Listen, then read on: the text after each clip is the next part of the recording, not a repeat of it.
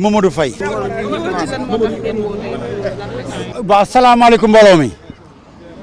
ginnaaw ba nuyoo ñëpp sant ñëpp mënuñoo jiital suñu kàddu te ñaanal ñu bokkaloon xeex bi te yàlla jëlee leen fi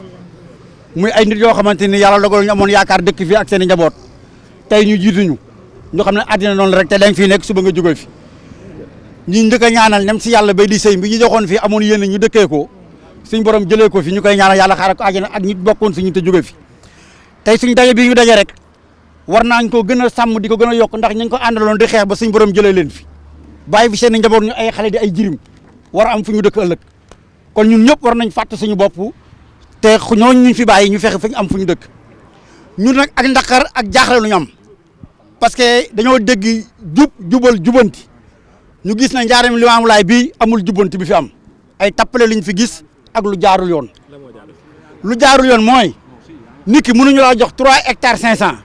ay nit moom ko ay malfaiteur ay sàcc ay woyu suuf jël ko séddoo ko seen biir loolu moo ñu li ñu jaaxal te boobu ba tey depuis octobre 2023 ñi ngi dox di xeex dem OFNAC def lu ne yàlla dogal na plainte nañ OFNAC ba tey amuñu benn résultat kenn amu ci lenn lu la leer ñi fiy ñëw muy ministre bi ak ku mun a yabal day ñëw rek jàll loolu affaire tappale la tappale mooy ñi moom seen yëf da nga leen di woo waxtaan ak ñoon bu fekkee da ngaa bëgg a jubanti mais li ñu gis ni jubanti nga bàyyi waa impôt domaine ñuy liggéey nga bàyyi cité LONASE ñuy liggéey ñun ñi moom suñu terrain ay nit faqati ko si ñun jéemoo sooy wax dara kon yow boo ne da ngay jubanti loolu gëmuñu ko ñun. waaw commission bi man dem naa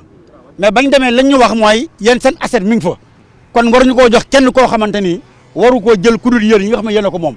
ma jàpp ne commission boobu ñun yéex nañu see woo. parce que nit bu fekkee da ngay départ bëgg a lijjanti lenn ñaka moom nga war a njëkk a woo waxtaan ak ñoon mais boo demee ba bëgg a tëj say document bëgg koo jox président soog ñoo woo yaakaar naa woowu boobu yéex na léegi li ñu bëgg mooy li nga xamante ni ñoo ko moom muy suñu alal ay nit jël seen alal dugal ko si nga xam même bu ñu dugaloon seen alal te dëkk fii war nañ koo mën a dëkkee parce que ay citoyen Sénégal lañ comme ñëpp doo jël ñoo xamante ni ñi ngi liggéey di ay magistrat ay commissaire nga xamante ni fañ dëkk amuñu problème fañ dëkk am nañ indemnité de logement am salaire ñu koy xëccoog ay nit yoo xamante ni ginnaaw yàlla lii luñu yaakaar ñun loolu luñ mënta bàyyi ministre bi la mu wax ñun gëmuñu si dara parce que doxul benn dox boo xam may nañu occasion pour ñu toog ak moom képp ku ñu war a bind nañ la képp ku ñu war a seet dem nañ fa xaar leen nig leen loolu la daam fu muy yem ñoon ñi ngi doxal dañu war a doxal terrain jàmbur la du ko moom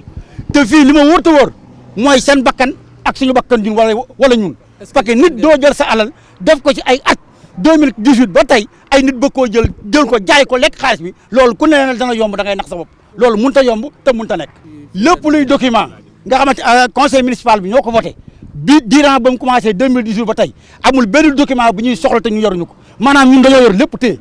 ki yor lépp téye nag nga bàyyi ko fa jox koo xam ne yorul dara muy waa impôt domaine ak ñoo xamante ni seen yoon newu ci ñu séddoo ko loolu mën naa xamul fan la tegu lanceur direct lu ñu wax man maa ngi nii xam naa li xew nee naa ay nit a ko sàcc nañ ma woo bu ñu ma fay bu ñu ma protégé ma wax leen ki ko jël ak ñu ko jël ñan la waa impôt domaine ñoo si séddoo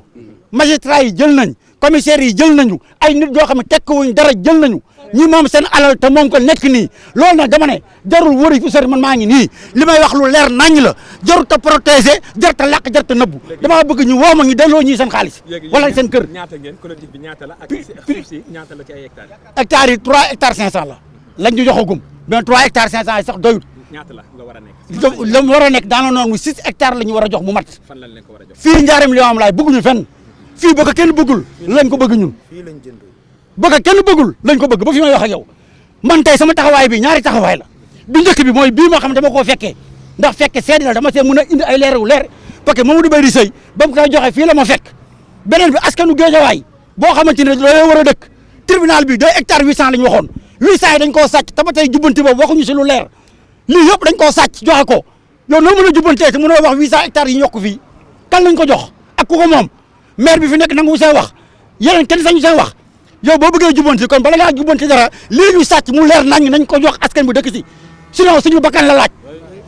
ñii sàcc ñu ko sàcc lu état bi fi nekkoon ñoo ko sàcc directeur domaine Mame Boye Diao moo duggay ñoo ko sàcc jox ko leen neex. collectif bi si ñaata nit la toll. collectif bi ñu ngi si 400 et quelques personnes 400 et quelques personnes yoo xamante ni depuis 2018 ñu ngi daw ñii jógee nañ fi ñii feebar nañ ñii tëj nañ leen ba tey amul kenn ku taxaw pour défendre leen 40 personnes lañ ci jot a jox bu fekkoon kenn amul sax nga mën a wax man mi jox nañ ma soo gisee ma taxaw mënu maa bàyyi ñi mais mënu maa ànd ak ñi ñu sotti ma seppi ma jox keneen loolu mooy noppil te du ma noppi loolu mooy noppil te du ma noppi lii nag suñu bakkan la laaj. léegi soit 40 personnes yu ñuy jox nu ñu ko defee. dañoo tànn rek ku si ëpp coow ñu jox la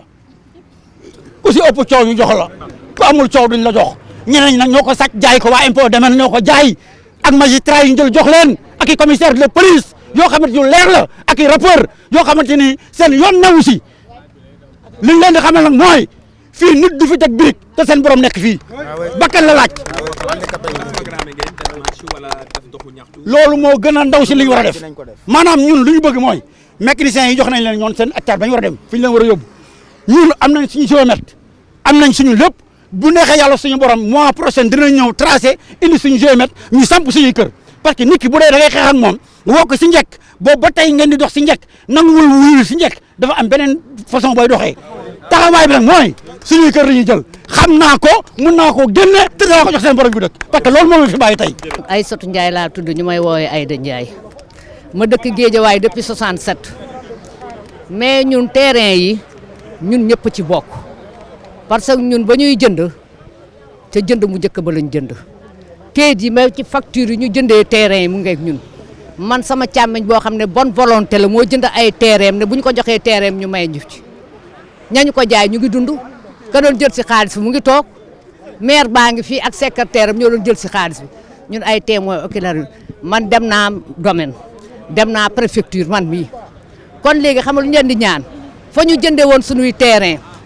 waaw nañ ñu jox suñuy terrain ñaanu ñu leen mayuñu ñu dañuy jënd facture yaa ngi waaw terrain boo jënd jox nañ la ne yow lii tàngo ko jënde yëpp ñu ngi ko boole ak kayit yeeg yëpp kon bu ñu demee bay jox ñeneen mais ci tribunal bi ñun am nañ fa terrain man sama càmmiñ moo ci bokk di jënd ne bu pare daf may may te bonne volonté la de Xadim du booba béy dee ngi fi waaw dem nañu domaine dem nañu préfecture waaw état du Sénégal li ñu koy laaj mooy dañ ne jubal jubbanti te terrain yi ba ñu koy jox ba ko Macky Sall ne nañ ñu ko jox ñoom dañ ne dañ koy dagg ñu daggal leen nag ña ko neex nag lañ leen daggal ñii di jaay ñii di def lu leen neex ñu de leen ñaan ngir yàlla dossier bu ñu laaj am nañ ko date bi ñu ko jëndee am nañ ko xaalis bi am nañu facture bi léegi ñoom nañ ñu jox suñuy terrain ku nekk nag fa mu placé woon nañ la ko jox bugguñu ajak jak ndax fii lañ ko jëndee ah ndax mënoo dëkk Guédiawaye amoo terrain nga dem ba ñay jaay terrain ñu jël terrain yi di ko jox ñeneen duñ ko nangu waaw ndax ku saraxul gumba jox ko yalwaanam nag ñu jox suñuy terrain bu ñu laajee sax ne kii lañ jox xaalis bi lépp leer na ñu ngi demande président Diomaye premier ministre Macky Sall ak directeur impôt domaine xaw ma Macky Sall ak directeur impôt domaine ñu dimbali ñu ngir yàlla jox ñu sunu yëf ñoo ko moom fii nag la ñu bëgg. C'est avec un cœur plein d'amertume qu'on est là. Parce que je ne peux même pas parler parce que j'ai des larmes aux yeux. Ce que nous vivons en ce moment, nous sommes prêts à y laisser notre vie. Parce qu'on ne peut pas débourser de l'argent depuis 2018 et courir, courir devant des gens qui en possèdent. Parce que moi, ce que je ne peux pas comprendre, c'est les gens à qui on a donné ces terrains. Ils sont déjà pleins aux as. Tu ne peux pas donner des terrains à des gens qui ont déjà des maisons au profit des gens qui sont en locataire. Ça, c'est des choses à déplorer. Cheikh Alioune Mbaye, président du collectif des victimes du lotissement Beydi Seye. Je vais sans tarder lire le mémorandum que nous avons adressé aux nouvelles autorités. Collectif des victimes du lotissement M. Beydi Seye Ndiarème Limamoulaye, Guédiawaye le 30/08/2024. L'objectif de ce mémorandum est de vous sensibiliser sur les problèmes du collectif des victimes du lotissement Beydi Seye. Dans un contexte de Jubal Jubanti, nous avons jugé utile de faire ce mémorandum pour informer et espérer un règlement définitif de ce scandale foncier qui à court constitue une bombe sociale au niveau du Guédiawaye. L'avènement de nouvelles autorités avec comme leitmotiv justice et équité sociale, Jubal Jubanti, a suscité beaucoup d'espoir au niveau des populations et plus particulièrement du collectif. En effet, ce collectif est né pour défendre les intérêts des populations attributaires de parcelles sur ce dit lot, bande de filao, après son déclassement. Chronologie des faits. En effet, après la déclassification de la bande de filao, si à Guédiawaye, le maire feu Mamadou Beydi Seye avait procédé à l'affection des terrains par délibération visée dûment par l'autorité administrative, le sous-préfet. Des délibérations en bonne et due forme ont été délivrées par le maire et contresigné par le sous-préfet de l'époque. Les attributaires individuellement avaient déposé des demandes de régularisation par voie de bail. Après de longues attentes, nous avons tous été omis dans les attributions de la direction des domaines. C'est ainsi que nous avons senti le besoin de nous organiser en collectif pour défendre nos intérêts communs. À la suite de correspondances aux autorités administratives et manifestations sociales, son Excellence, le chef de l'État, M. Macky Sall, avait instruit la direction des domaines, sous la direction de Mamadou Mamboy Diao, de trouver une solution urgente à ce problème qui affecte près de 200 pères de famille. M. Mamadou Diao, alors directeur des domaines, avait procédé au lotissement administratif de ce dit site en oubliant volontairement certains attributaires détenteurs de délibération du même maire, ce qui constitue une discrimination grave entre détenteurs de biens. D'autres non titulaires de délibération ont bénéficié de largesse de M. Diao pour laisser en rade les attributaires légitimes. Le collectif a démarché toutes les autorités du pays car ne voulant pas user de violence dans la recherche de solutions. Nous soutiendrons la primature, la direction des domaines sous Mamadou Gueye, la direction de l'urbanisme, le ministre de l'Habitat Abdoulaye Seydou Sow, les conseillers techniques du PM Habib Niang et Vincent Bidji, M. Benoît Sambou, au Conseil du dialogue social, gouvernance Dakar, préfecture Guédiawaye, préfecture Dakar.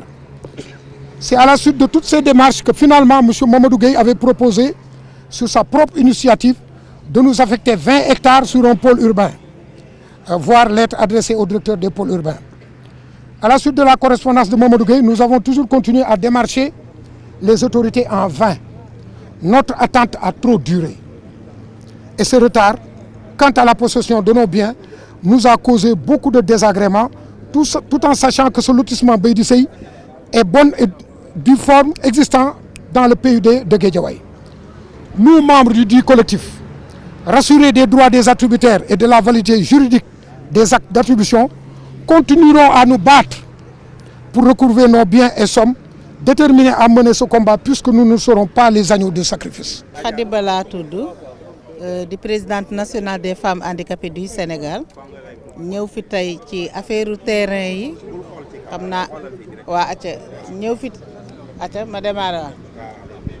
Khady Ba laa tudd ñu gën ma xàmmee ci fédération sénégalaise des associations de personnes handicapées mais présidente nationale des femmes handicapées affaire terrain yi nag tey moo ma fi indi parce que affaire terrain yi li tax mu indi ma ñun au niveau de Guédiawaye daf ñu concerné torop parce que dama def de telle sorte que ñu fexe ba wut bailleur boo xam ne mën nañu jëndal quelques terrains may ñu ko bailleur bi joxe xaalisam am ñoo xam ne aussi dañu jël seen xaalis joxe ko jënd ba à hauteur de 200 millions li ci manqué 200 millions defe naa benn 10 000 la donc on peut parler de 200 millions liste bi mi ngi fi liste ñu moom terrain yi ñi ngi fi décharge yi ñu Beydi Sey joxoon muy loo xamante ne acte administratif la bu légal mi ngi fi décharge yi ñu fayee xaalis bi aussi mi ngi fii mu leer naa ñu ni mi di à notre très grande surprise nag bi Beydi Sey gaañu ñu gis na terrain yooyu dañ ko jël jox ko ñeneen parce que bu ñu ñëwee yore suñu ay papier ñëw demander maire bi fi nekk actuellement muy Mor Waré Gueye mu woo ñu ba ñu ñëw mu daal di expliquer dinaa leen jox xaar leen à notre plus grande surprise wax naa ko sànq ñu ne terrain yi jox nañ ko ñeneen ñun 36 la 36 terrain la ñu ci am yii ñu ko jaay ay 10 millions yii ay 9 millions ba mu nekk à hauteur de 200 millions lenn nag dama koy wax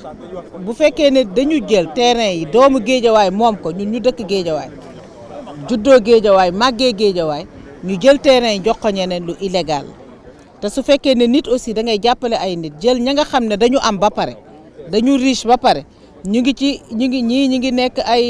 ay magistrat ñii nekk ay commissaire de police comme sànq ni ko Modou waxee loolu dafa ñaaw alors que handicapé yi aussi ñu ngi am problème mu dëkkuwaay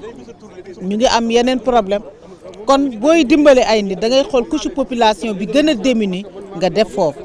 ce qui veut dire que handicapé yi bokk nañ mais Géejawaay ku ko xam ne vulnérabilité aussi dafay bari ñii luyee Géejawaay ñoo ëpp ñi nga xam ne dañ fi am kër kon li ñuy ñaan le président Diomaye mooy mu rectifier lii ci ni mu gën a gaawee parce que aussi on peut rectifier lenn nag dinaa ko wax li concerné suñu ay cas ñun bëgguñu feneen fii la ñuy jox parce que dañu am problème de mobilité am problème de déplacement ki am problème de déplacement nga bëgg ko dem sànni ba ñàgg ne yaa ngi régler problème yi wala nga sànni ko ba Bambilor mu war a xëy sama kaa liggéeyi ba Fondation Total di dem ay Dakar du boo ko sànnee ñàgg du ko d'accord parce que dafa joxe xaalisam problème bi mooy dafa am ñu may am ñoo xam ne dañ leen privilégié jox leen ndax seen i ndombay tànk dama ne loolu moo fi war a jeex ni ko Modou waxee jubbanti dañu war a ñëw jox ñi ko moom seen i